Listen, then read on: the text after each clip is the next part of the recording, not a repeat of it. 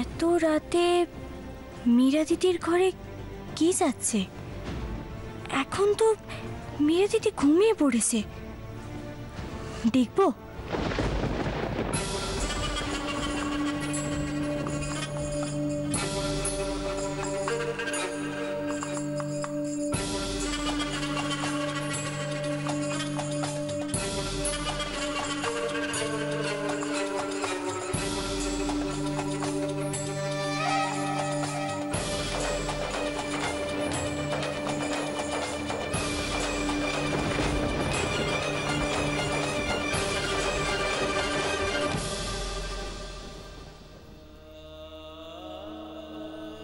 এইদিকে এলো না ছায়ামূর্তিটা?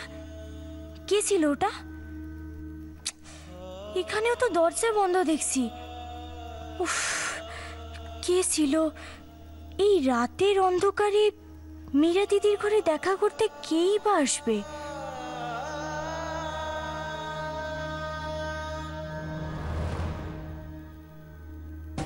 তুই কি এমন দরকার পড়লো যে তোকে এত রাতে এখানে আসতে হলো? কেউ যদি দেখে ফেলতো তাহলে কি হতো বুঝতে পারছিস?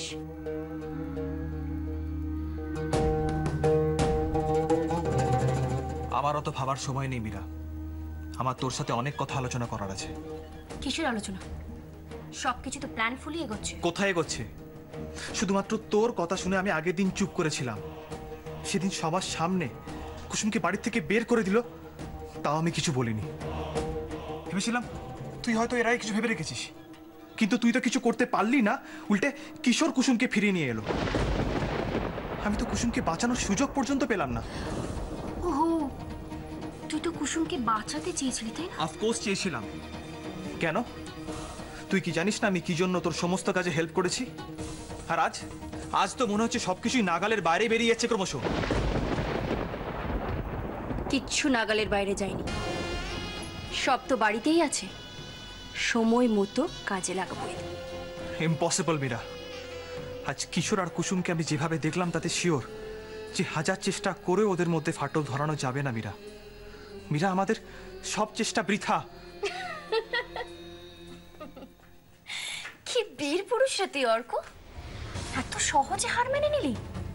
আর এইভাবে তুই কিশোরের কাছ থেকে কুসুমকে জয় করবি?